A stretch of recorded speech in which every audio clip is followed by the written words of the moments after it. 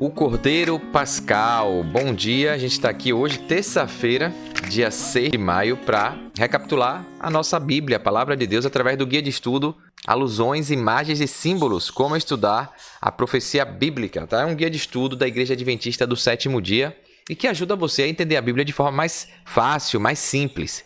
A gente está estudando aqui uma série de conceitos, de símbolos, do início da Bíblia, do Gênesis, para a gente poder entender a chave que está em Daniel, que está em Apocalipse também, das profecias, tá bom? A gente já viu aqui desde o sábado, a gente está estudando a lição das semanas, compreendendo o sacrifício, né? De ofertas, de sacrifício, por que é que Deus pediu. Se você não viu, então passa aqui no card, na descrição do vídeo, nos comentários, tem um link para você acompanhar tudo certinho aí, tá bom? Então, no vídeo de hoje, fica comigo até o final, vai valer a pena, vale a nossa salvação.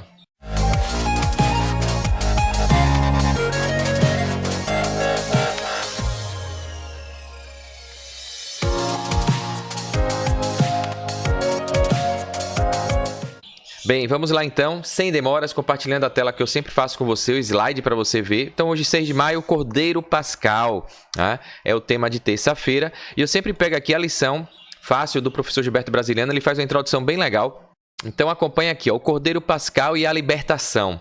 Quando Moisés instruiu o povo de Israel, ainda escravo no Egito, sobre a rotina de libertação, aconselhou-os a preparar em casa um cordeiro chamado de Cordeiro Pascal, porque através do seu sangue passado nos umbrais das portas ali das casas, os primogênitos seriam protegidos da morte naquela noite. Então, Cordeiro Pascal representa proteção e libertação. Eis alguns pensamentos sobre o Cordeiro Pascal. Então aqui já deixa a introdução bem interessante, que a gente lembra ali daquela última praga ali do primogênito, né? Faraó, o povo escravizado ali quase 400 anos, e o coração endurecido, o faraó não se convertia e segurando o povo de Israel, o povo de Deus, e aí o anjo da morte passou, né? Deus foi lá para matar os primogênitos, e quem fizesse o ritual, a cerimônia, que representava Cristo, a gente já viu aqui o Cordeiro de Deus, passassem nos umbrais da porta ali, o anjo salvaria aquela casa, aquela família, o primogênito daquela casa. Então, deixando claro aqui o sacrifício de um animal, do cordeiro, para trazer salvação, redenção para aquela casa, né? Para aquele primogênito ali não ser morto. Então, bem interessante isso aqui para a gente entender.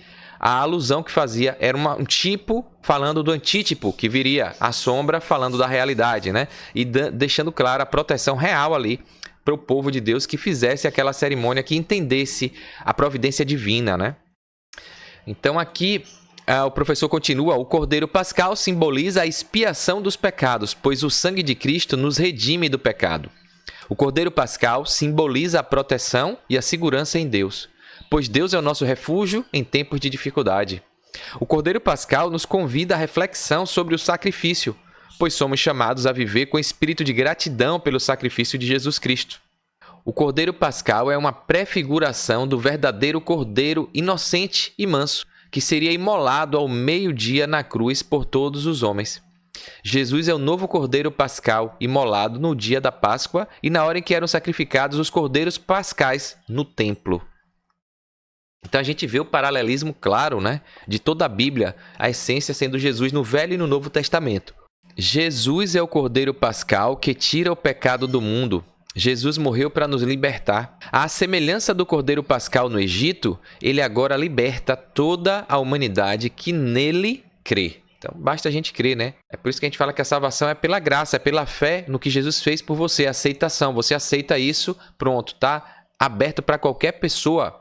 E aí você aceita. E quando você aceita, você demonstra isso através do seu comportamento, do seu estilo de vida. Você se torna uma nova criatura e demonstra isso nos seus hábitos, né? Nas suas obras. Vamos dar uma olhadinha aqui no guia, a introdução que o guia faz aqui na terça-feira. Tem uma introdução também bem interessante. O autor coloca aqui, ó, o Apocalipse, que a gente está falando de profecias, né? Se refere a Jesus como cordeiro cerca de 30 vezes. Desde o início do plano da redenção, o povo de Deus usou cordeiros como símbolos do Messias vindouro.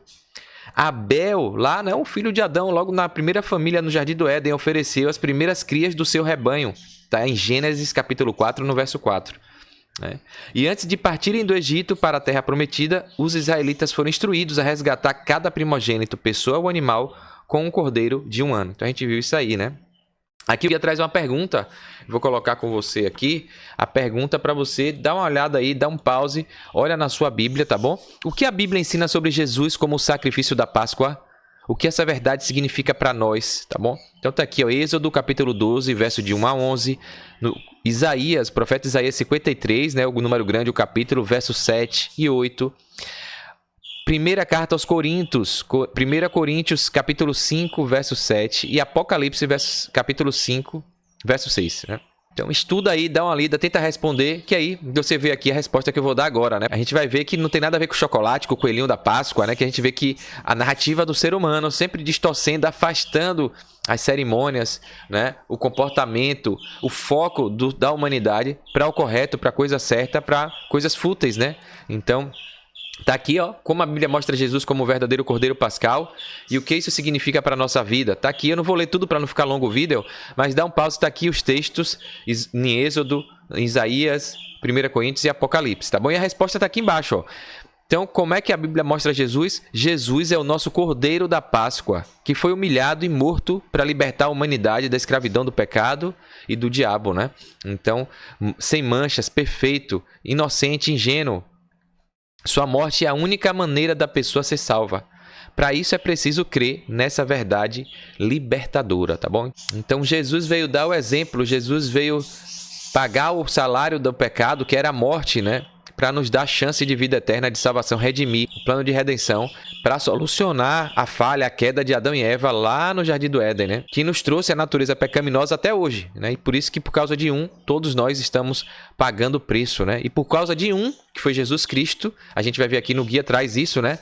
O último Adão, a gente também vai ser redimido, vai ser salvo, tá bom? Então aqui o comentário do professor: Jesus viveu nesse mundo contaminado pelo pecado, mas não foi afetado por ele, e sua vida agradou a Deus e nos mostrou que um ser humano apegado a Deus pode viver sem pecar. O segredo é Cristo atuando na vida e nos libertando a cada dia. Então a gente já falou aqui que apesar de ser muito difícil, com Jesus, com comunhão, a gente consegue. Porque a santidade, a busca da perfeição é o que importa, ainda que a gente caia, né? Como eu já falei aqui, a jornada do cristão é como a luz da aurora, vai brilhando, brilhando até ser dia perfeito. Se aquele que está de pé, cuide para que não caia. Então a gente pode cair, é um acidente o pecado na vida de um cristão, de uma pessoa que quer seguir a Cristo. Mas o importante é o que está no seu coração. Jesus som do coração, né? Você confessa genuinamente, se arrepende e mostra através das suas obras, do seu comportamento, do seu estilo de vida que você quer mudar. É isso que Jesus conta, porque todo mundo na Bíblia teve seus erros, seus pecados. Até Davi, que foi um homem segundo o coração de Deus, a gente viu que teve uma vida aí, né? De muitos erros, mas o que importa é o sentimento genuíno do coração, né? O arrependimento, a confissão e a vontade de ser melhor, né? Então é isso que Jesus veio ensinar aqui. Jesus não errou, não pecou, e é isso que nos ajuda a ter essa misericórdia, né? Porque ele pagou o preço por nós, não é mérito nosso. Ainda que pareça difícil, ele nos ajuda a seguir. Só com ele. A fé é dom que vem de Deus, e o estilo de vida, o comportamento, as nossas obras aqui tem que estar coladinha com Jesus, com Deus, para fazer. Senão, não tem como conseguir, né? Tem uma frase de um pastor que eu gostei muito aqui, pastor Kenio, aqui na UniaN. Ele colocou que o cristão, né? A busca da santidade é um sujo, é uma pessoa suja, imunda, maltrapilha, lutando incansavelmente para se limpar, né? Ainda que esteja suja, ela sabe que está suja, que não merece, que é trapo de imundícia, mas está se limpando. A busca dela, o foco dela é ficar limpa. Não é aquele que está sujo e não está nem aí, fica sujo mesmo. Não é um sujo lutando intensamente para se limpar, para ficar limpo, né? E chega um momento, quando Jesus voltar, que essa glória vai ser dada, né? O corpo vai ser revestido e aí não vai ter mais sujeira nenhuma. É bem diferente. Aqui eu tenho uma ilustração que representa bem isso. Uma ovelha e um porco reagem de modo diferente no lamaçal. O lamaçal do pecado, a sujeira que eu falei, né? A ovelha que cai na lama não se sente feliz ali. Ela lutará e clamará até conseguir sair. Por outro lado, um porco anda sempre à procura de um lamaçal. E aí fica a pergunta: você quer ser uma ovelha, que é o símbolo, né, de Jesus, nós somos a ovelha e ele é o nosso pastor, ou quer ser um porco que vive no lamaçal? Inclusive na Bíblia traz a referência de porcos, foi os animais onde os demônios que Jesus tirou foi para os porcos, né? Então, o porco é um animal imundo, segundo a Bíblia, né? A ordem de Deus deu para não se alimentar. Então, e aqui ele gosta de viver na lama, no pecado, né? Na imundícia. Então, aqui está dizendo, quando o porco encontra o lamaçal, ele gosta, né? Chafurda nele com roncos de satisfação. Por natureza e sem a obra da convicção produzida pelo Espírito Santo, uma pessoa pecadora é como um porco que procura o mal e a tentação e vê prazer nisso, né? E não tem nenhum desejo de se livrar do pecado, gosta de viver ali. Contudo, o seguidor de Cristo é comparado na Bíblia a uma ovelha. Nunca deve ser encontrado no lamaçal do pecado. A luta é sempre de estar saindo, de estar no lugar correto, no aprisco, junto com as outras, né? Limpinha, protegida, né? Então aqui o guia também traz algumas coisas que é interessante compartilhar com você. Jesus foi o único ser humano cuja vida satisfez perfeitamente a santidade de Deus. Todos os outros seres humanos pecaram e nossa vida pecaminosa literalmente conta mentiras sobre a natureza de Deus. Então Jesus era homem, 100% Deus.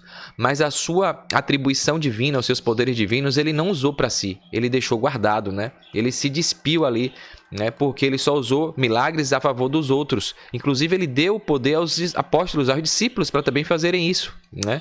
Então ele não fez nada que outros seres humanos não fizeram. No sentido de milagres, né?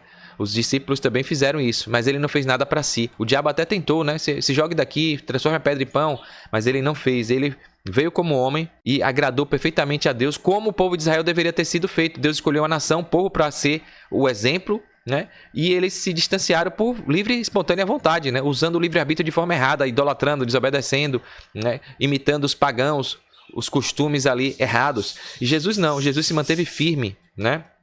Aos seus valores e princípios. E aqui coloca, ó, Jesus, no entanto, tornou-se o último Adão. Está lá em 1 Coríntios, capítulo 15, verso 45. Onde falhamos, ele foi perfeito. Em sua humanidade, ele era tudo o que a raça humana deveria ser. Refletia a glória de Deus. E está lá, né? Na Bíblia fala que quer comais, quer bebais, quer façais qualquer outra coisa, fazer tudo para a glória de Deus. Então, o ser humano foi criado para glorificar Deus, para representar os valores, o caráter, a imagem de Deus perante o universo, né? Mas o diabo vem para atrapalhar. E é uma livre escolha que a gente faz, seguir ou não, né? Por isso ele disse, Jesus falou, quem vê a mim, vê o Pai, né? Então, que a gente seja esse exemplo também, né? Ainda que pareça impossível, que muita gente não quer obedecer porque diz que é impossível. Já, não, eu não vou obedecer os mandamentos não porque é impossível. Não vou fazer isso não porque é impossível. Aí a pessoa usa a justificativa, o mimimi, para não obedecer, né? Então, não é isso. Mesmo que pareça impossível, Jesus veio dar exemplo de que ele veio cumprir. E a gente tem que buscar isso, ainda que a gente caia, mas através dele a gente consegue a vitória, né? Nesse mundo a gente vai ter aflição, mas tem de bom ânimo, porque eu venci o mundo. Jesus falou isso, né? Então aqui, ó, sua vida, a vida de Jesus, suas obras, seus ensinos, tudo revelava quem ele realmente era. Jesus é o Cordeiro sem defeito, a expressão mais poderosa da justiça e da glória de Deus, né? Através dele, a misericórdia dele, ele é o Cordeiro, ele também é o sacerdote, né? Então, ele melhor do que ninguém sabe o que a gente passa, né? Porque ele passou por tudo, né? E aqui a gente vai ver isso no comentário de Ellen White, ela coloca aqui, ó, pra gente finalizar. Jesus é o nosso fiador, tá em Hebreus, capítulo 7, no verso 22, né? Ou seja, fiador é aquela pessoa que assume a dívida, né? Por um outro. A pessoa não tem nada a ver quando vai para um estudo, fazer uma faculdade, né? Fazer um empréstimo. Ela tem um fiador a fazer um aluguel de um imóvel, de um apartamento, de uma casa. Ela tem um fiador, é aquela pessoa que se responsabiliza em pagar caso a pessoa falte ali, né? Então Jesus, o ser humano, faltou desde a criação do mundo. O plano já estava feito, né? Jesus já tinha dado a sua vida. Imagina, então ele já era o fiador. Quando Deus decide criar o planeta Terra, o ser humano, ele já sabia que o ser humano iria usar o livre-arbítrio de forma errada e já tinha dado Jesus. Jesus já tinha se dado como fiador, né? Ele é o Cordeiro de Deus que tira o pecado do mundo. Cristo, nosso Cordeiro Pascal, foi sacrificado. Cada gota de sangue derramada nos sacrifícios judaicos apontava para ele, o Cordeiro de Deus. Todas as ofertas típicas foram cumpridas nele. O tipo encontrou o antítipo quando ele morreu na cruz. Ele tornou possível aniquilar o pecado por meio do sacrifício de si mesmo. Ele disse, né, que ele deu a vida dele porque ele quis, não foi ninguém que tirou. E ele retoma a vida também, porque ele é Deus, né? Ele pagou o resgate pela nossa redenção. Fomos comprados por alto preço, né? 1 Coríntios 6:20. Está aqui também Hebreus 9:26. Então a Bíblia toda fala disso, desse plano belo de salvação, de redenção, de sacrifício pela raça humana caída, por mim e por você. Então reflita sobre isso e viva uma vida conforme Deus gostaria que você vivesse, porque é assim que você vai ter a felicidade plena. E só existe uma condição. A condição aqui, ó, Cristo nos pede, ele nem obriga, ele pede, eis que estou à porta e bato. Se você abrir, ele ceia com você. Então ele fala, Cristo nos pede, portanto, que deixemos que ele leve nossos pecados e nos impute a sua justiça. Ele só vai salvar, a salvação é para todos, mas ele só vai salvar aquele que quer, aquele que permite, tá? Jesus era trabalhador fervoroso e constante. Nenhum outro conduziu tão pesado fardo às dores e dos pecados do mundo. Ninguém labutou com um zelo tão consumidor de si próprio pelo bem das pessoas. No entanto, ele teve uma vida saudável, mesmo com esse pesar, com esse fardo, né?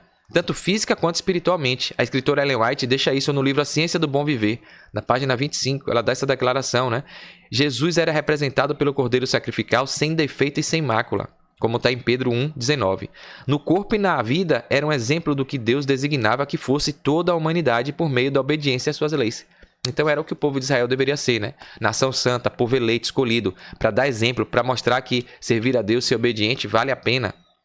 Então Jesus veio para mostrar e dar essa oportunidade para outros. Antigamente era só o povo judeu, o povo de Israel, mas Jesus vem e fala agora, qualquer um que aceitar vai poder ser o novo Israel, né? O Israel espiritual. Não precisa ser da raça, não precisa ser da família ali judaico, do povo de Israel, descendente direto. Abre a possibilidade e a oportunidade para os gentios, para estrangeiros, para qualquer pessoa. Para mim e para você, né? A observância da Páscoa começou com o nascimento da nação hebraica, né? E aí Deus fala, né, que é assim que vocês devem comê-lo. Quando Deus pede para preparar ali o cordeiro, imolar, assar.